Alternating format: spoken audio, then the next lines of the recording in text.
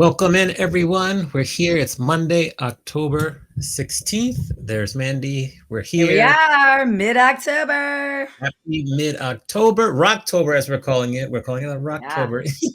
October. We've got the best rocking guests in October. Yeah, for We sure. do. We do. So before you even ask me, Mandy, my weekend was great. I had this lovely, lovely dinner at Fleming's where one of my students works.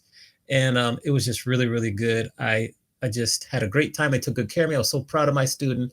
I would have to say, trying to think, what did I do on Friday? I can't remember what I did on Friday, but it wasn't that. Oh, I had a friend with one of my DJ friends on Friday. That was fun too. At Indian food, so I had lots of good dinners this weekend. Those were my highlights. How about you? Love your highlights. And you sound well fed. Did you get your digestion walks in after both meals or on Sunday at least? Mm, at least I had a digestion walk Saturday, I think, after I got back. So yeah, Oh, good. yeah, Well, yeah. Jenny will be proud of that. So Yes, we'll announce that Jenny's digestion walks and Jenny at the end of the show, but Jenny will be proud of that for sure. for sure. Let's see. I went to a murder mystery dinner on Saturday. So Oh, my friend had a birthday and she decided to do a murder mystery dinner. And so weeks leading up to it, we received invitations with our character name. And I then we love it. had to call people and leave them crazy messages. So I was the fortune teller, which Okay. is I already had the whole costume. I didn't need to get anything, but it's a bad fortune. It was a bad my I just told people bad fortunes, which was very difficult for me, but it was fun. And then my husband was man, so he wore Scooter wore. A, So you have to figure out what Scooter right. wore there. Uh, Say uh, so. Tell us again what Scooter wore because there was a little bit of choppiness. Tell us again what he oh, wore. he wore a red and white singlet, red and white striped singlet, and it was one arm, just a one arm singlet with the gold chain. It was pretty fantastic. And then he had blow up weights where he's just like flexing and doing strongman things. So it was funny. It was pretty funny. And it was fun. It was a great way to celebrate our friend and commemorate her birthday and stuff. So it was a good weekend. Sounds like it. Yeah. Okay, so for today's episode, maybe first thing, but as you introduce our two guests, we have two guests joining us today, sisters, which I'm excited about. Explain to everyone what really caught your eye, really inspired you to invite them to be a guest on our show. Okay. Well, I'm going to back it up a bit. I'm going to tell a quick story about you, Amani. I'll tell a quick story about you, Amani. Okay, So, okay. So, for those of you who know me and those of you that listen, you know I'm in perimenopause. You know I am not shy about talking about perimenopause.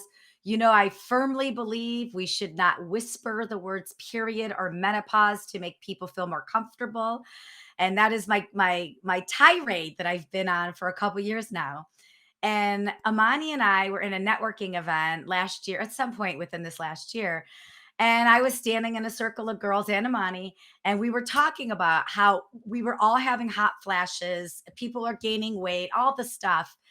And I'm like, oh, perimenopause. And Amani, you looked at me and you put your hand up. He's like, this is my cue to leave. And I was like, no, you have to stay. 51% of the population are women.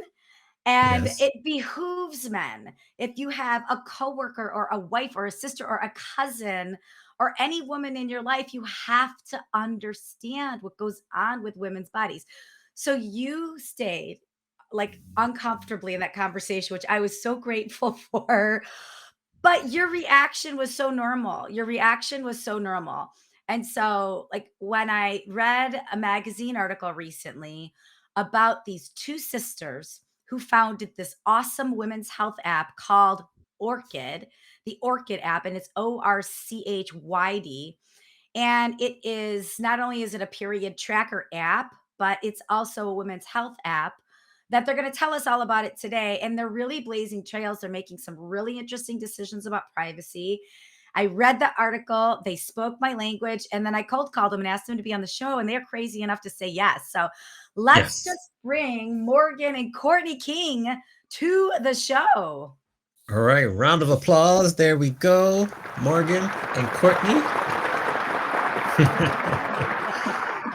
Welcome to the show. The story that Mandy told is quite accurate. So yes, yes. But I stayed, and I'm always You here said, to learn. mhm. So maybe my first question for the both of you is just explain to us how you came up with the app name. That's what really jumped off the page for me. And just how did you come up with the name? And then we'll probably go back, we'll go forward, we'll go left and right. But let's start there.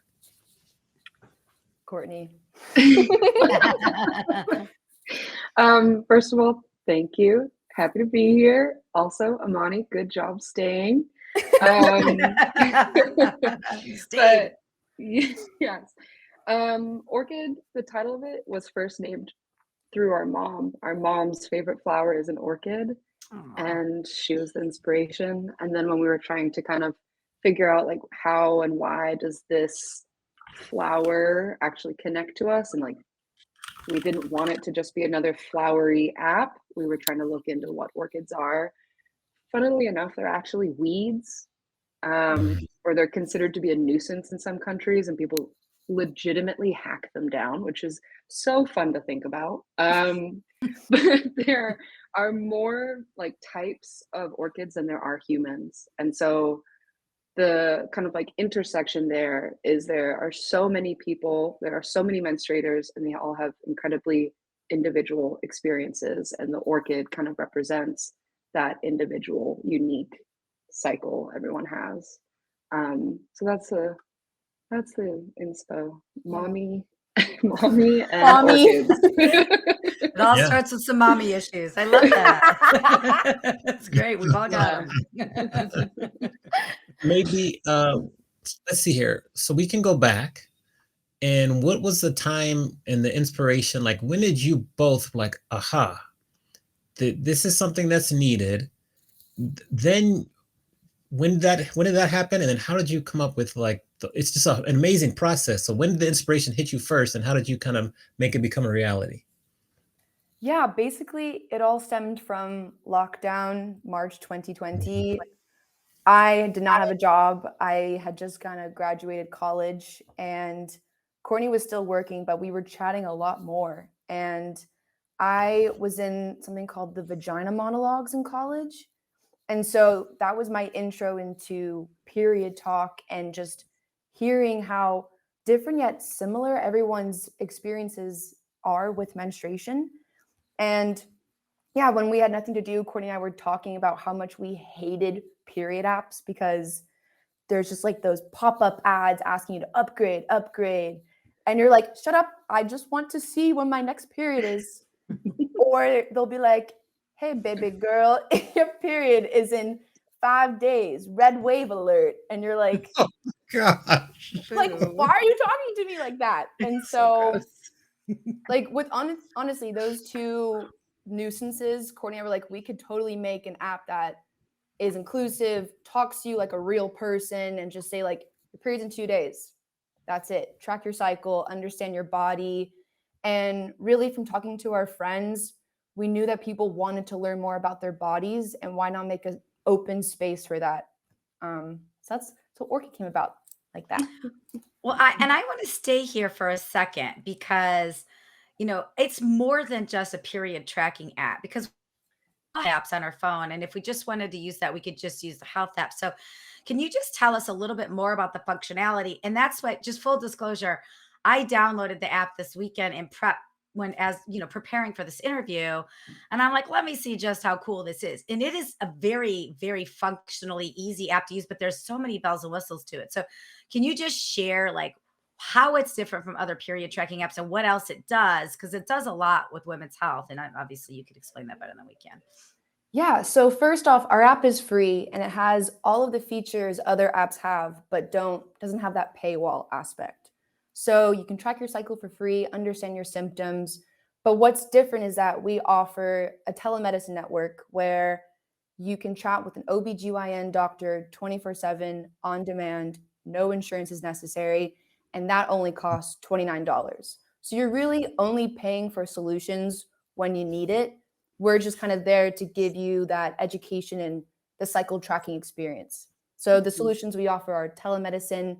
And also we just launched a marketplace where now you can shop physical products like tampons, pads. Everything is very safe and sustainable. And we've also teamed up with other brands to kind of fill in the gaps. So Like Styx has their UTI test kits. We've got the Good Patch. We've got some really awesome brands that, again, fill that gap of what our app users are needing for their cycle. Mhm. We do have one other feature. It's Blossom. She's our AI chat robot. So she like securely and privately will kind of mine what you are tracking about your cycle, and then she will offer up questions or answers to those questions that you should maybe be asking. So I don't know, if you're tracking every day that you have cramps, Blossom would pop in and be like, hi, like this is your third day. Do you want some solutions for how to manage your cramps? And then, like my sister's talking about, like kind of closing the loop of support. So there's no missing gap. So then Blossom can tell you to go over to the marketplace and get cramp relief. So you're not ever kind of in a moment of discomfort or pain, because you shouldn't have to be. Yeah, you shouldn't have to be. And with that, you had talked a little bit about privacy. So I just want to come at the privacy piece. That is something that I had read in the article that I found was so interesting. So I mean, I think when any of us go onto an app, right, we all of our information can be used for other things. Sometimes it's good things like telling us about new products. Sometimes it's bad things like if I want to have an abortion in a state that doesn't allow an abortion and I'm tracking my period and now I'm in trouble and I'm potentially subject to some sort of legal issue. So you have made a couple commitments early on with your app where you committed to not sell any user data. And then you took it a step further where you refused to provide information, or you're saying refuse to provide information in compliance with government inquiries and subpoenas. So how do you as app developers do that? Like how can you turn that button off, and talk a little bit about how important your privacy is, or our privacy is to you? Yeah, so from the beginning, back in 2020, data privacy was kind of our first value that we wanted to embed into our app.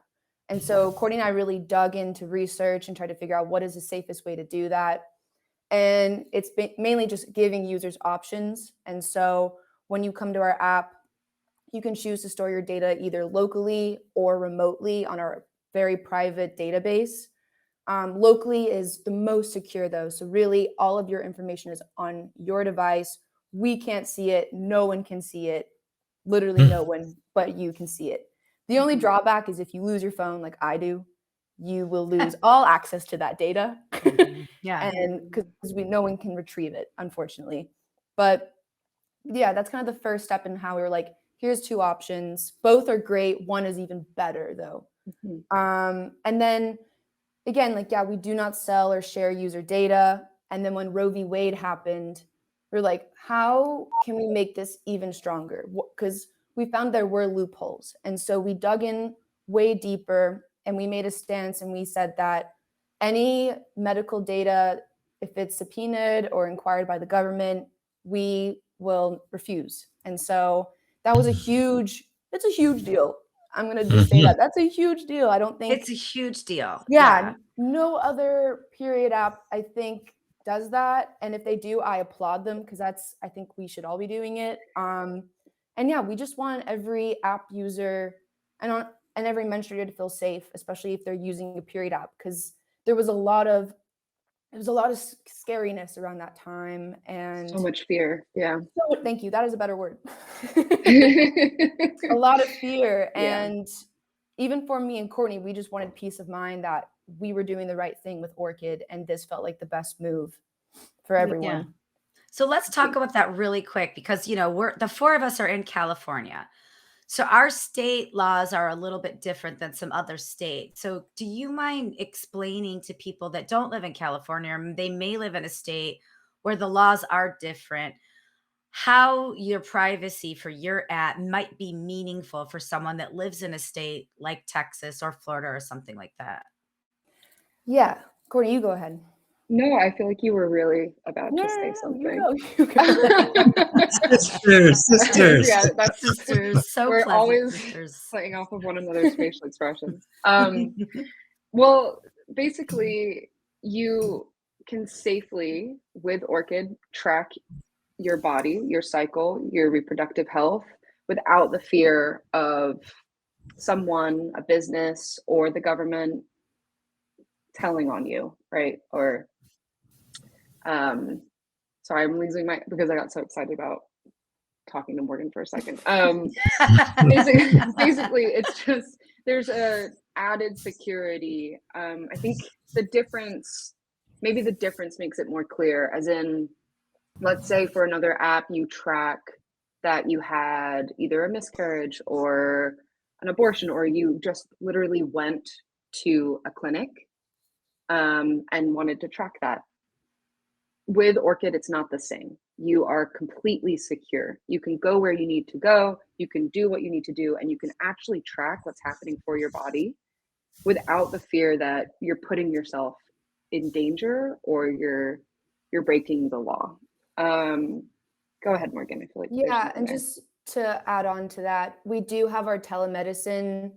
It's called Orchid MD, and it's a really good source of information for a doctor to help walk you through some steps. And everything is HIPAA compliant with Orchid MD. And yeah, it's really between the doctor and patient to find where to get the proper next steps are for whatever you need.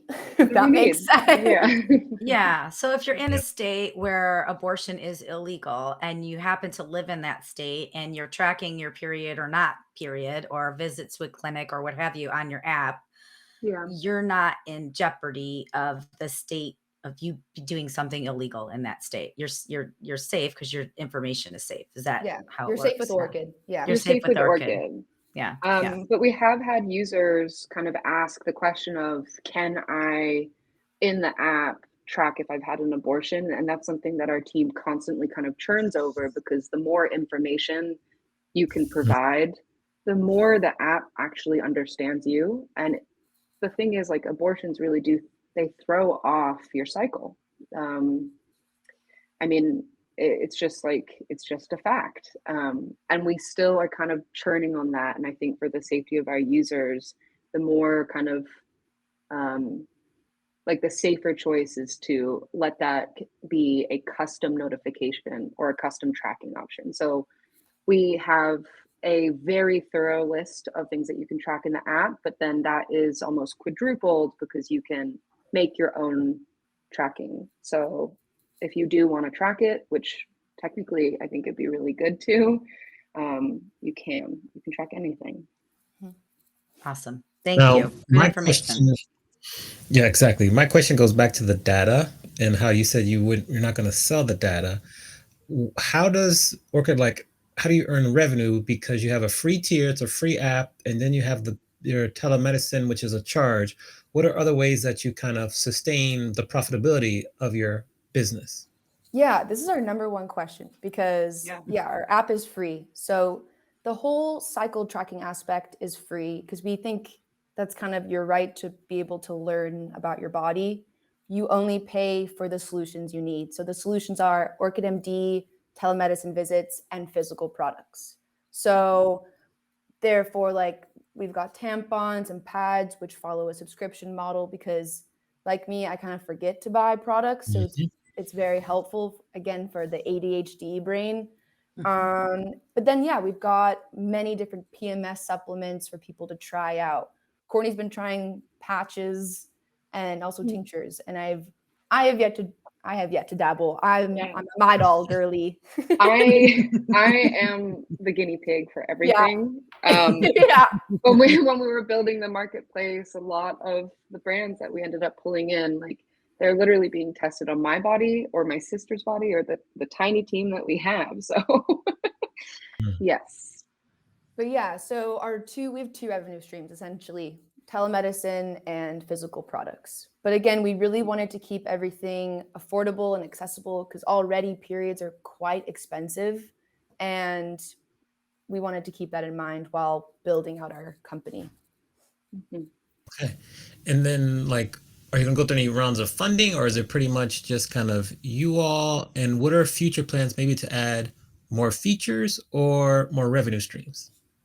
Ooh, actually, this is very exciting because breaking news here. Breaking news.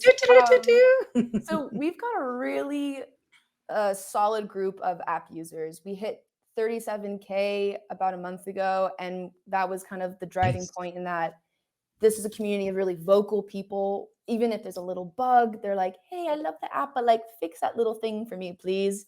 So with that kind of feedback and response to Orchid, we decided to open up a community round of fundraising to all of our app users, our friends and family, all our contacts essentially. And we're using a platform called WeFunder. And we launched it only, I think, on Friday. We launched it on Friday. So it's been 4 days. Yeah, some days. And yeah, it's wefunder.com/orchid, and users and everyone can look at our page to understand or learn more about this opportunity to invest in Orchid. Woohoo. That's awesome. And then what about, and I think Amani, I think that the WeFunder is scrolling at the bottom. So anybody watching can click in, and then she just said it's WeFunder /orchid, orchid with a Y. Yes. What how did the initial funding come about? Did you self-fund initially, or did you pitch to any investors initially? We self-funded and had some friends and family, and then that was back in 2020. And then yeah, we launched the telemedicine, and then we launched the marketplace. But really, we want to grow our app more and scale and release more features and get a marketing team, because right now we're kind of functioning with no paid ads. We are not spending any money on marketing. All our growth has been organic. It's really weird. Yeah. Awesome. That's good. Yeah. And so, yeah, that's kind of our next step, is to really add in the marketing and grow our app even more. Interesting. So we got to give a shout out, Phyllis Williams Stroder. She says she loves this Respectful Rebellion. So thank you, We Phyllis, love- for tuning in. We love the brand mother. Hi, Phyllis. Yes. She can help you with How marketing. Ooh, I'm gonna kind of take a step back and ask just mindset. Like, it is very, very difficult to create and launch an app. It is very difficult to work with a sibling. It is very difficult to, in a pandemic, create something and make it happen. How were you two able to overcome those three main obstacles?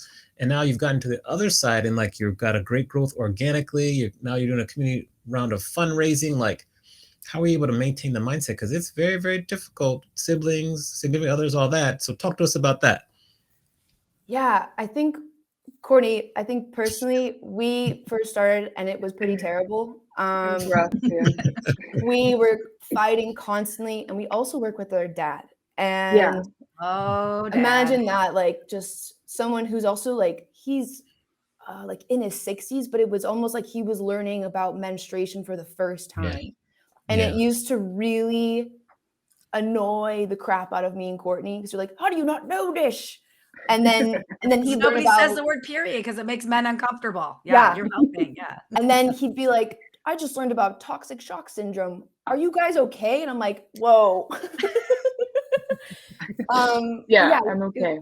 It was quite a roller coaster in the beginning, but I think really the three of us have found that communication really does work. And I was gonna say the same thing. Yeah. It took a lot. It takes a lot of repetitive and almost like intentional conversation where you are specifically talking about the thing you are trying not to talk about.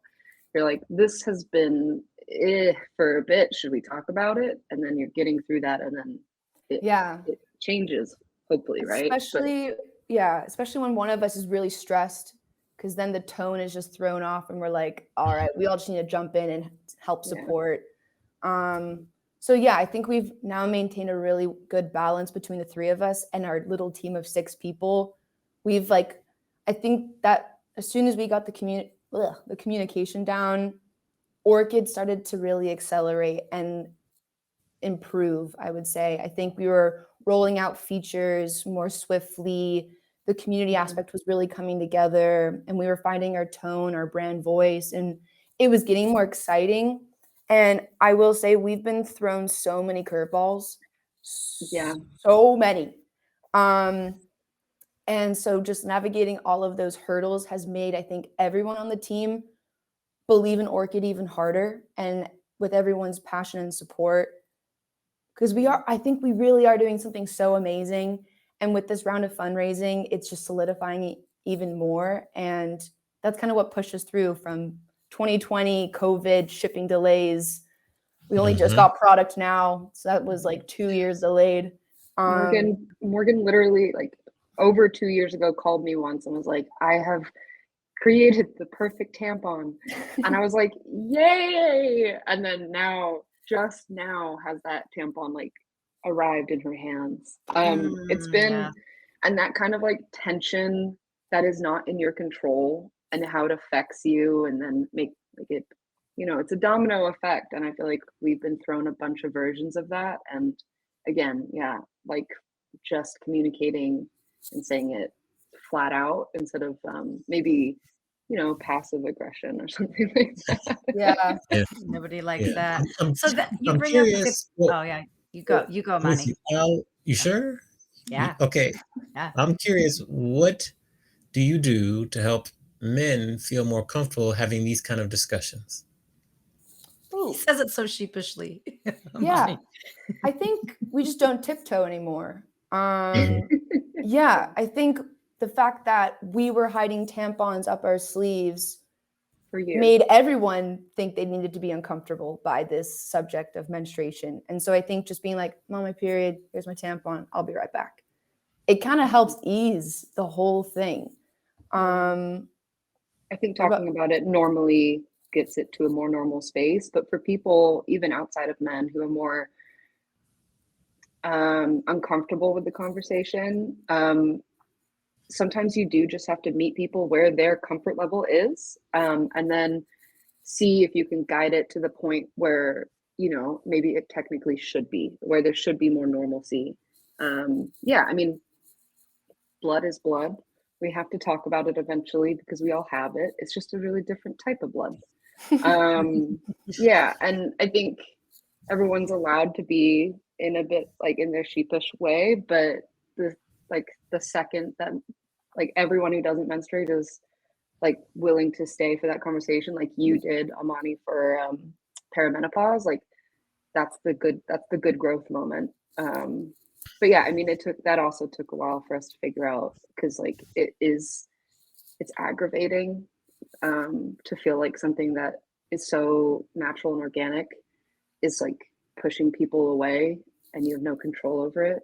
And it's years worth of that feeling, right? Like you're in middle school to whatever now, whoever you are now, and like the feeling you had when you were a kid versus this moment. So that's a really long-winded version of an answer, but I think Great answer. Yeah, I gotta say hello to Sam, who's watching over on Live Space.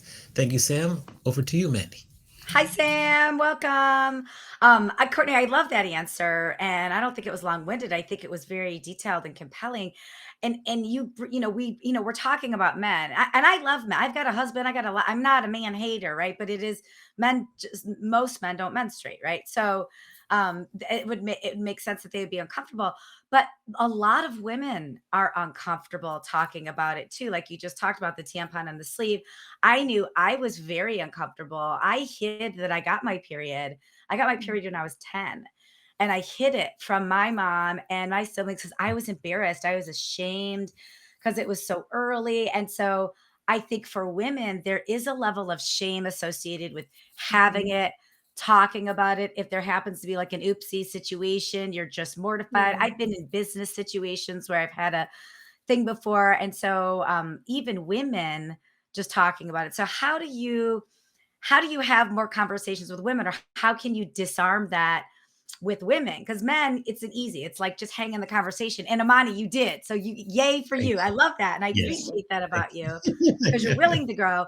But for those of us women that have been through this our whole life, and there is a little shame surrounding it, how do women have conversations either with other women or the men in their life about like disarming it? Yeah, it's a super interesting question. It also comes up in Orchid and in your personal life. I think a similar thing applies. I think about some of the subjects that I get uncomfortable about. Maybe it's less so now, but nudity and like diarrhea or like any like intestinal issues.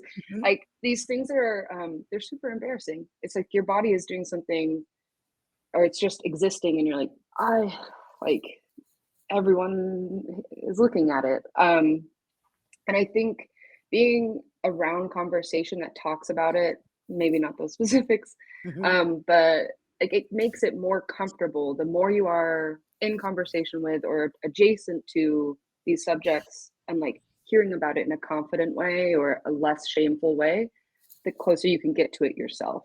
Like, and I think like in the beginning, Morgan and I, we are obviously sisters, but we didn't really talk about periods, and now it's almost too regular. And Mhm. there's no, I'm not saying everyone should get to that point, but it's by saying it first and then like feeling that discomfort and then reacting to it because you're allowed to, and then just seeing how you want to keep going because you don't have to talk about it if you don't want to, but as long as you're not shaming others, that's okay. Like Yeah. you know what I mean? Yeah, the frequency almost feels like it's normalizing it. Oh, yeah. I really also think it just takes one person because it really does start to connect people. I remember the first time someone was telling me about some of their PMS symptoms. I was like, oh my God, I have that too. I thought that was just me.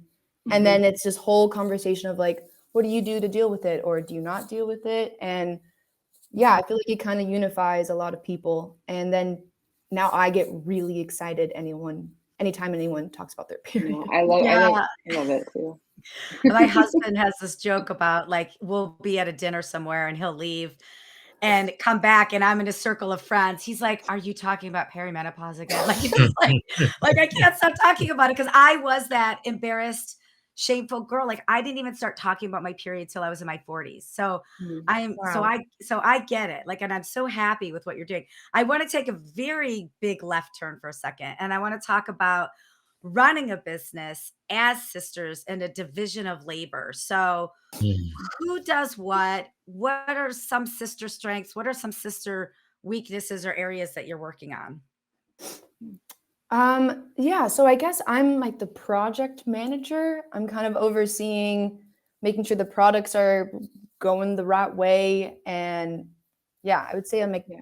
bigger picture kind of person. Would you agree? Yeah, Morgan maintains the actual pulse of this company. The heartbeat is only there because Morgan has her like little fingers on it. Mm. And yeah, it could be summarized as a project manager, but because we're a small team, we all do everything. And so sometimes Morgan is, in design or in copywriting. But I think that's fair. I think for me, I'm usually on uh we both describe one another's jobs. I guess I do a lot, like most of the words that you read that are of Orchid are the one like I've written them or I've at least shaped them. Courtney helps, Um, I think, make up Orchid's voice and really gives it a purpose and a value. Courtney really was, yeah, the driving force between us being private, inclusive, accessible. And anytime we add something to the business, she's like, that's not sustainable. That doesn't align. And I'm like, you're right. I don't even know what I was doing. Mhm. What has that been? Courtney, what has been something Morgan wanted to add and you're like, "No, no, can't do. That's not in line." well, I honestly, it's down to this minutia Oh, sometimes. it was Go ahead. wipes. It was wipes. We were Mm. going to consider doing flushable wipes. And Courtney's like, did you know that wipes are not flushable? And I was like, no, I didn't. And then I looked into it and like they are so unsustainable. And I was like, oh, so Even if they say they are, they're not. yeah. It's Yeah. upsetting. But Yep. yeah, it is this like it's this maintenance of our values. I think having a team check it though, as in like I can be really strong minded is really good. And then I think I do a lot of our partnership building, as in Yeah. like the marketplace and kind of like connecting with other like-minded people so that we're always expanding our circle because one of the things that makes Orchid such a strong app in my humble opinion is that it is in like it's informed by everyone else's needs, opinions, feedback, criticism. So like maintaining those kinds of things. Okay, so No. that's like your division of labor. Now, how do you maintain your sisterhood? Like, I've got a sister, she's 16 months younger. I mean, I got two sisters, but my sister's 16 months younger. We're best buds, right? So, like, how do you maintain your just sisterhood as humans, outside of business partnership? And then at Monty, I'll zip it for the rest of the time. I promise. I promise. I promise. Morgan, you can counter or compliment, but I think that we figured out that we sort of need not a hard line, but like sort of a soft division between work and sisterhood, because and you're allowed to transition. It's not that we like stop ourselves, but there's sometimes a moment where you're like, you're talking and then you could slide into talking about work. And I think we both We try and avoid. not to do that. And that helps not everything turn into like a brainstorming session, because periods are everywhere. It kind of sometimes, comes up. We're really intentional about like connecting outside of work. Morgan, do you have more to add though? No, That's I would one thing agree. think. Like we got drinks this weekend, and I don't even think we talked about blood ever. Oh, So good. yeah, Great. Yeah, I don't think we did. I don't think we did. I wrote nothing down in my notes app, so I don't think we ever talked. Now, who's older? Who's younger? Courtney's older by like 3.5 years, right? Okay, think so so, 3.5 yeah. years. Okay. Now, if we could look ahead, because I'm going to ask you a question about going back a little bit later, but if we could look ahead, like say we're getting to January 1st, 2027, where do you want to see Orchid at that time? So that's like 3 years and 2 months from now. Where would you like to see your business and your company and your brand, really? Yeah. I think for me, just focusing on the app, I would love to see, because right now we're really just cycle tracking, understanding PMS and your symptoms. And I would love to see the app by 2027 really, I don't want to say dominating because that sounds aggressive, but like really pushing forward and redefining fertility, perimenopause. I really want to talk about perimenopause more. I will talk about it however you want. I am not a professional, but I'm living it. Definitely menopause and that preteen, because we're really seeing the age groups in our app change up monthly now. We've got a lot of preteens and 55-year-olds are using Orchid. So I really want to make, I guess, Orchid timeless, where it really fits into where you are in your life, no matter what. But yeah, just focusing on the app with that aspect. From Courtney, what about menarche to menopause. Sorry. Yes, I just am voicing what Morgan said. I just we want you to be able to age with us, not have to leave and then come back. Because that data about yourself is so vital, and it's so great when it's all in one place. Is there anything else that you imagine, Morgan? I think just growing a bigger community. Already it's so, again, as I said earlier, vocal and really group oriented, I would say. So I want to see that continue to grow. And yeah, just that's it.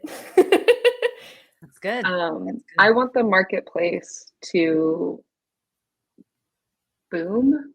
I want it to feel like Morgan and I have this phrase. We say the period aisle is out, the marketplace is in, and I genuinely want people to feel like when they visit the Orchid Marketplace that it's like they're going to Sephora. Like they know exactly what's going to be there. They have multiple aisles to get what they need, but instead of it being makeup, it's just reproductive and menstrual health. And I think that is very possible. It's just about like pulling in the right partners.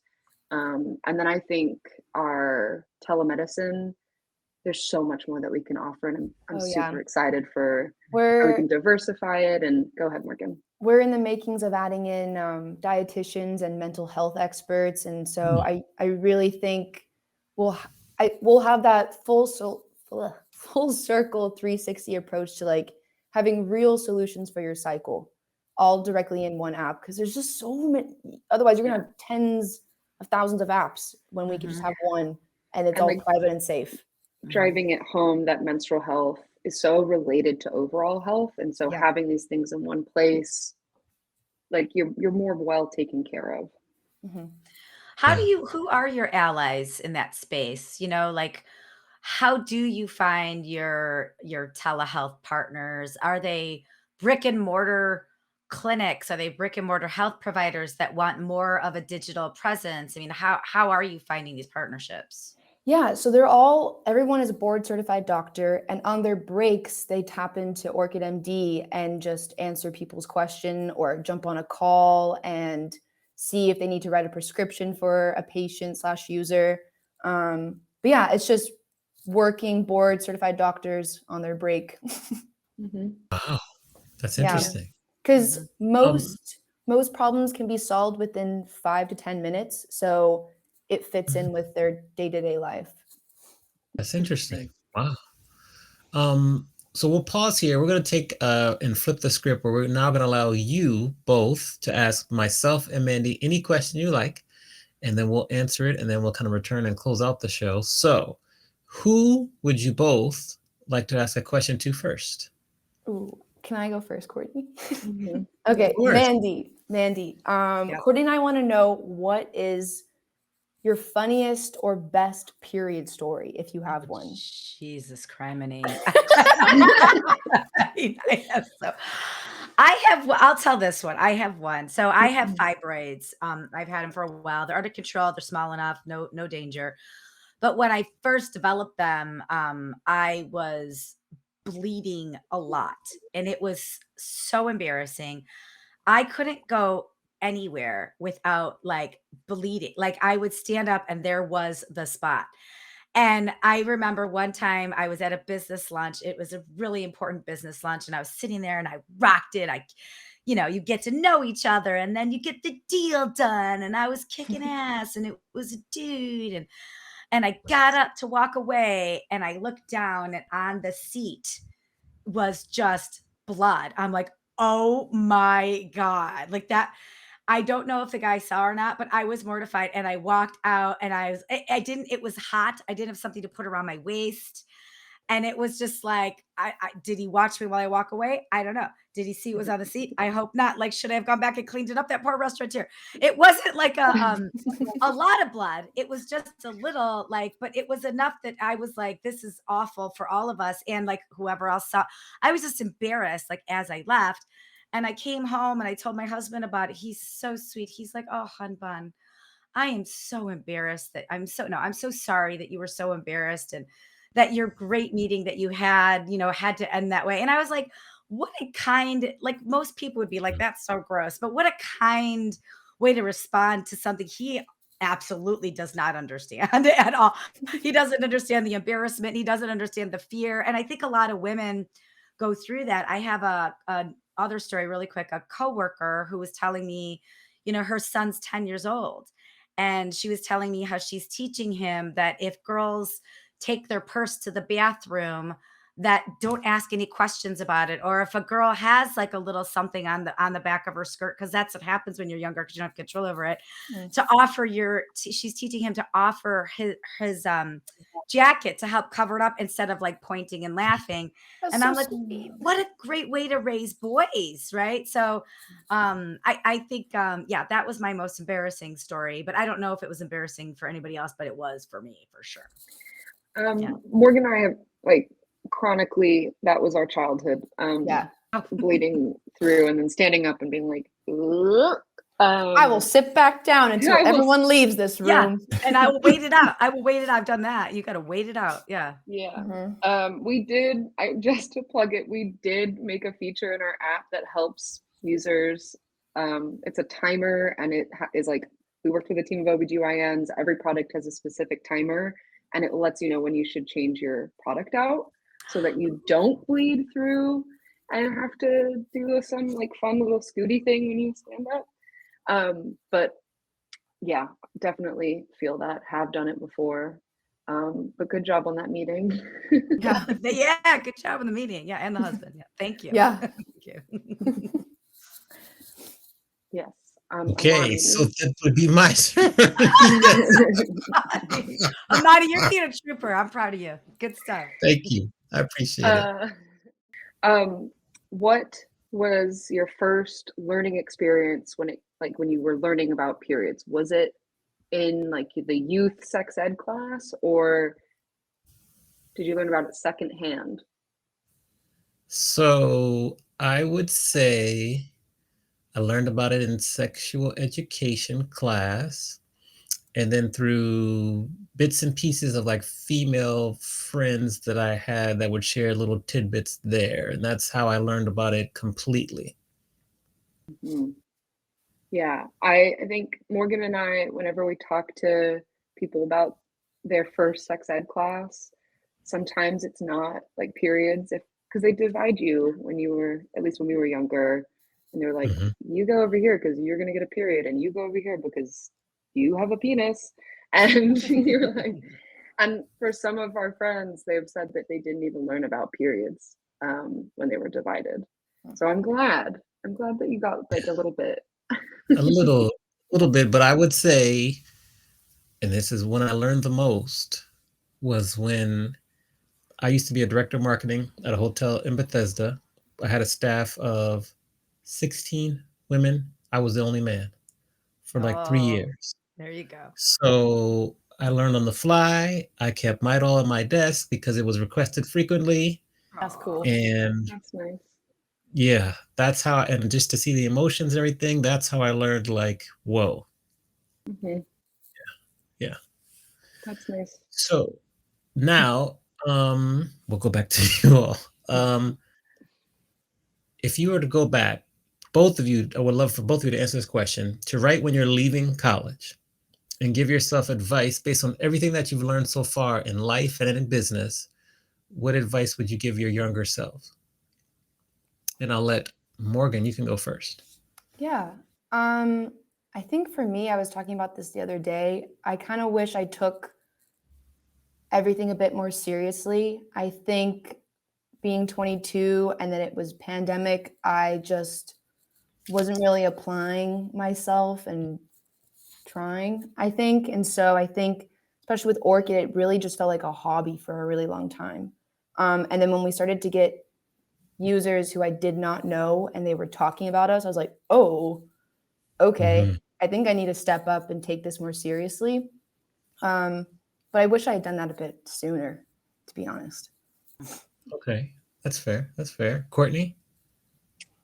Um, hmm.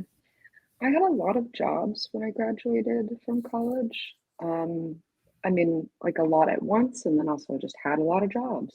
And I think there was this feeling of, um, I don't know, like, I don't know. I just need to keep going. You just have to keep going. And I think that is pretty common for like gig economy stuff. I think if I could talk to myself back then, I'd be like, it's okay. Don't worry. Keep going. You're doing good work. You're learning a lot more than you think you are. And all these things, even if they don't feel applicable, end up getting in there and are applicable for later. And then also, like, you just don't always know where you're going to end up. I'm not maybe a person who selected a job when I was a kid and then grew up and became the job. And I think that's okay. I just think it took me such a long time to be like, you should be this title of a job or this career, and that's just not what my reality is. But I think it just took me a long time to be like, why aren't you I don't know, an accountant or something, like something so plain. I'm not trying to a pop star. I just like, Yeah. I think maybe it was also just the kind of education upbringing, but like sometimes it's just not a straight line, and it's not even like a regular zigzag line. There's a lot of like looping around. But that's Yes. again, a sort of an answer to your question. Yeah, that's a great answer. I think I might clip that and play it for my students because that's what I try to portray to them as they're graduating. Many of them are so fixated on being an accountant, being in finance. And then 2 or 3 years later, maybe their job's eliminated or they're like, oh, I hate this. What am I going to do? So you kind of summarized that very succinctly and very, very profoundly. So thank you. Mandy, I'm gonna let you kind of close out this with your final question and take it away. Well, it's a two-part final question. So, Courtney, I know you have a podcast. She's friendly. And it's really good. So people listen to it wherever you get your podcast. So can you tell us a little bit about your podcast? And then Morgan, I know what Courtney does in her downtime away from the business. What do you do in your downtime away from the business to keep yourself whole? Because as entrepreneurs, it's very easy to get immersed and sucked in and not make space for the stuff that, outside the business. So Courtney, if you want to talk about your podcasting, Morgan, if you want to talk about what you do outside the business. Yes. So on the side, it's also a newsletter. So it's a newsletter and it's a podcast. And I'm being very kind to myself, as in I could produce more, I could make more content, but at this time I'm just doing one of each a month. So it's just softly sailing into your mailbox twice a month. And one of those is a reading one, and one of those you can listen to my voice. And sometimes I have guests on there. She's friendly. The newsletter is at the front, like really just like a taking stock of like how am I doing? What are the things that I'm noticing as themes? Just to be present. And then there are sections and chunks that I will kind of cycle through. One of my favorite sections that I write is called Hot or Not, and it's completely illogical. It's just like some things that I found really good this month, or some things that I found really bad. Like I think one of the hots was applying sunscreen every 2 hours, and one of the nots was being really sunburnt and going to sleep. So they're not very serious. It's meant to keep it light. And then the podcast, I will either myself or have a guest on, and we'll talk about some of the things that they kind of picked up on in the newsletter, or sometimes they have, I'm editing one right now, and she was an astrologer. So we just talk about sort of like her perspective of that. Yeah, so it's really fun. I feel like it's kind of this, it's baby, it's very young, but it's like this, I guess, pursuit of trying to like keep writing outside of the way that I do for Orchid and for other things, and then kind of keep creative and, I don't know, playful, but emotional. So That's that awesome. is, yeah, sort of what I do outside of Orchid. Yeah, you should check it out. She's friendly. It's a joke. I have a dog. I walk her every day. People meet her. I go, she's friendly. Or they go, is she friendly? And I go, she's friendly. And so, yeah, that's why it's called that. It's just like play off of how I kind of interact. But yes. That's great. Yeah. Um, oof. I am still figuring out work-life balance, if I'm being very, very honest. But one of the things I really love doing is baking, and I find that incredibly. I don't think about anything else because I'm just Ooh. focusing on the tasks, and it's just step by step. And then boom, you got a nice cake to eat after. So you're just rewarded with a treat. Morgan's very good at baking. I'm getting better again. No, you're good at baking. I'm good at baking. There you Yeah, go. I would say look out for the future. I feel like, Morgan, you will have a bakery one day, and I can't That'd be wait. really cool. That'd be cool. Yeah, Yes. yeah. Future. There we go. Well, I'm glad you both do something outside of work, and building that creativity is key to victory. So that's awesome that you do that, and you building that muscle. So that's great. Yeah. Well, we just want to say, first of all, thank you for everything that you're doing, specifically for all the women that are struggling with managing their periods. So it's very groundbreaking work. I really am particularly impressed with just your stance on data and your stance on privacy. I really applaud you for that, and saying that you will refuse to agree or do whatever they want you to do with the subpoenas.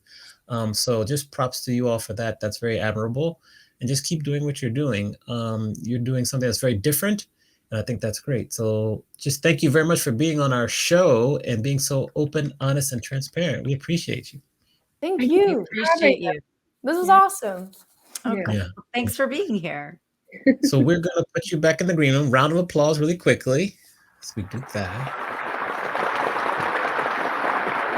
All right. So now they're back in the green room. Mandy, what do we have to look forward to next week? Next week, we have a sales superstar with IHG Hotels, Oh, the yes. luxury and lifestyle division. We have Talisa. Is it Talisa or Talisa Villa? Talisa Villa. So Talisa. longtime friend Talisa of Villa. mine. We have some good stories. So yes, excited about Talisa, and that will be another amazing interview for us Yeah. during our Rocktober season. Rocktober. And heads up, I am going to be away on November 6th. And so we have just locked in our guest host. So we've never done this before where we have somebody guest host with Imani. So November 6th, one of our former guests from the show, Jenny Perrin, who runs Yes. Shift Life with Jenny, is going to co-host the show with Imani. And I don't know. I mean, I may be out of a job after that. We'll see what happens. We'll But start see. looking at information and following Shift Life with Jenny because she's going to be on the show on Yes. November Yes. 6th. Yeah. She will be fine, but there's no replacing Mandy, so don't worry about Yeah. that. Thank you. Everyone, please remember to subscribe and rate our podcast on the platform you watch it on. Also, make sure to follow our LinkedIn Live page, our LinkedIn page, Adventures in Business Live, so we can start to broadcast from that platform. Follow us on Instagram, Adventures in Business Live, and just stay safe. And thanks for tuning in. Tell a friend, and we will see everyone next week at 4 p.m. Eastern, 1 on the West Coast. See you Bye, next everyone. week. Thank you, everybody. Bye.